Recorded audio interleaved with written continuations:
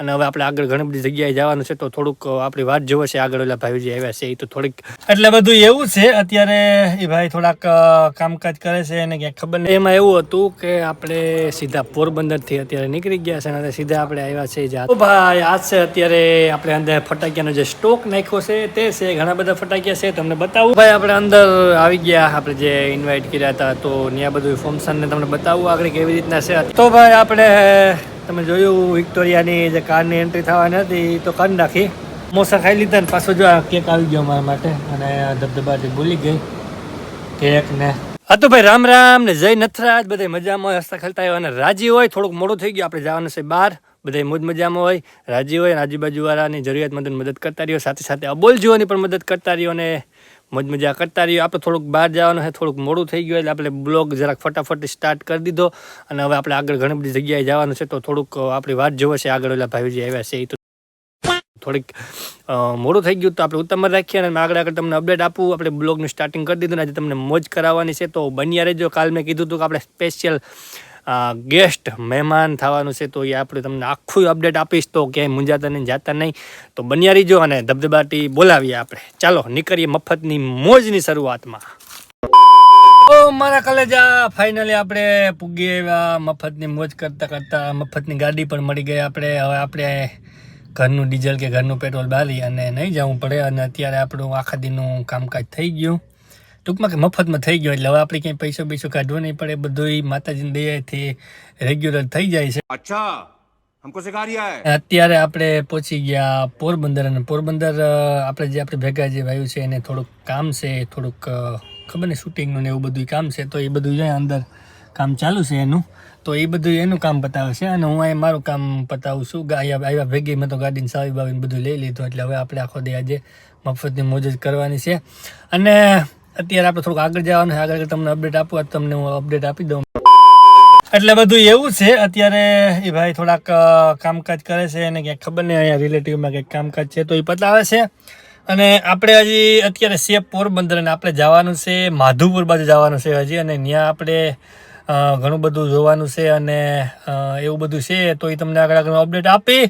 અને આપણે થોડુંક સ્ટાર્ટિંગમાં મોડું થઈ ગયું બ્લોગમાં, તો ટૂંકમાં કે ઉતામળ થતી હતી ભાઈને, એટલે કામ હતું ને એટલે પછી આપણે હજી 2-3 કામ છે. આપણે તમને કીધું હતું કે આપણે સ્પેશિયલ ગેસ્ટમાં જવાનું છે મહેમાનમાં, તો એ બધું આપણે જે પ્રોગ્રામ બાકી છે એ બધો 3-4 વાગ્યા પછી ચાલુ થશે, તો એ તમને આગળ અપડેટ આપી.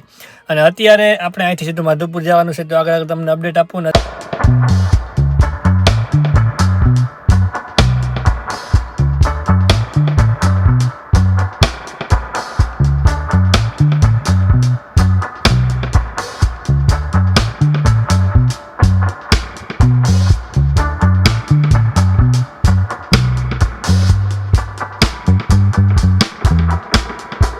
એમાં એવું હતું કે આપણે સીધા પોરબંદરથી અત્યારે નીકળી ગયા છે અને સીધા આપણે આવ્યા છે જે આતોલી ગામ છે ત્યાં, અને ત્યાં ગાયો માટેનો ફટાકડા સ્ટોલ હતો, જે નિરાધાર ગાયો છે અને જે ગાયોની સેવા કરે છે તેના માટે સ્ટોલ નાખ્યો હતો ફટાકિયાનો.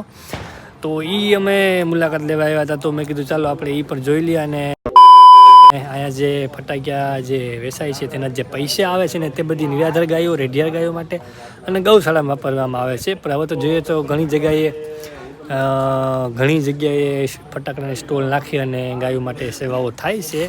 પણ આપણે જ્યાં જ્યાં પહોંચાય ત્યાં પહોંચી અને આજ તો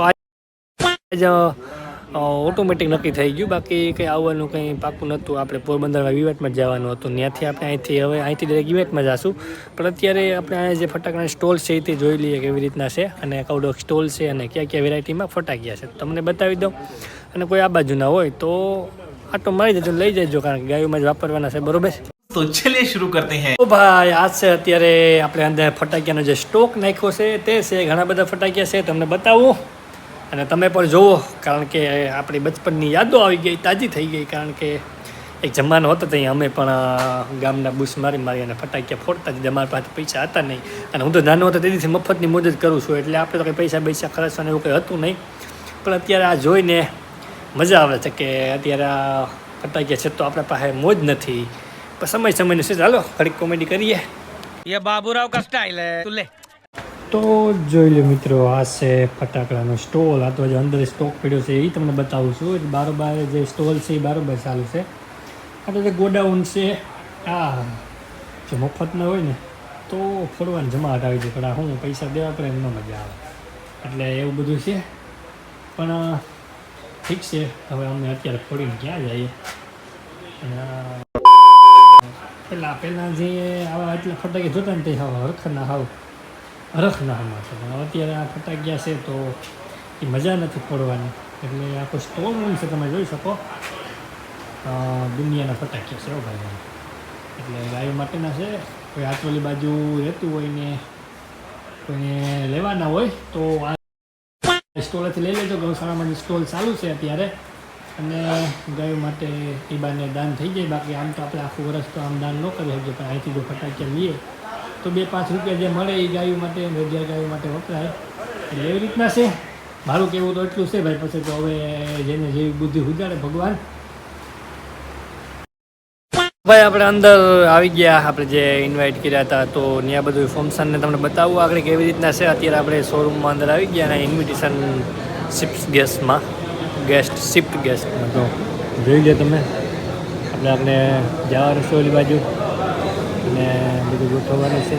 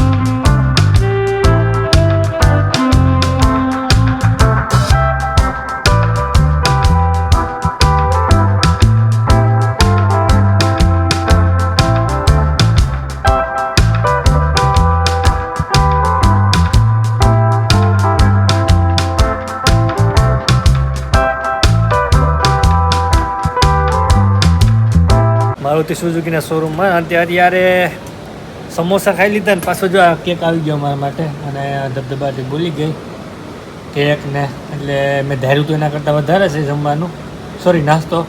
એટલે આ બધું દુકાળવું પડશે. 2 ડીશ મેં કીધું 2 લઈ જતી, 4 લઈ આવ્યો મારા. એને ખબર હતા કે આ બધા આવા જ છે, ઓળખતા હોય ને આપણે. ના હો ભાઈ, એ તો ધરાર દઈ ગયો. એટલે એવું બધું કરી નાસ્તો કર્યા, સમોસા ખાધું અને એન્ટ્રી બતાવી તમને ને એવું બધું છે. હવે આગળ જોઈએ, તમને અપડેટ આપું કેવી રીતના છે, હજી હું છે બરાબર. ત્યાં જો આ શોરૂમે બેઠા છે અમે, અને ગાડી તમે જોઈ કેવી રીતના છે એ બધું જોઈ લ્યો. એટલે હવે જોઈએ આગળ તમને અપડેટ આપું કાંઈ હોય તો.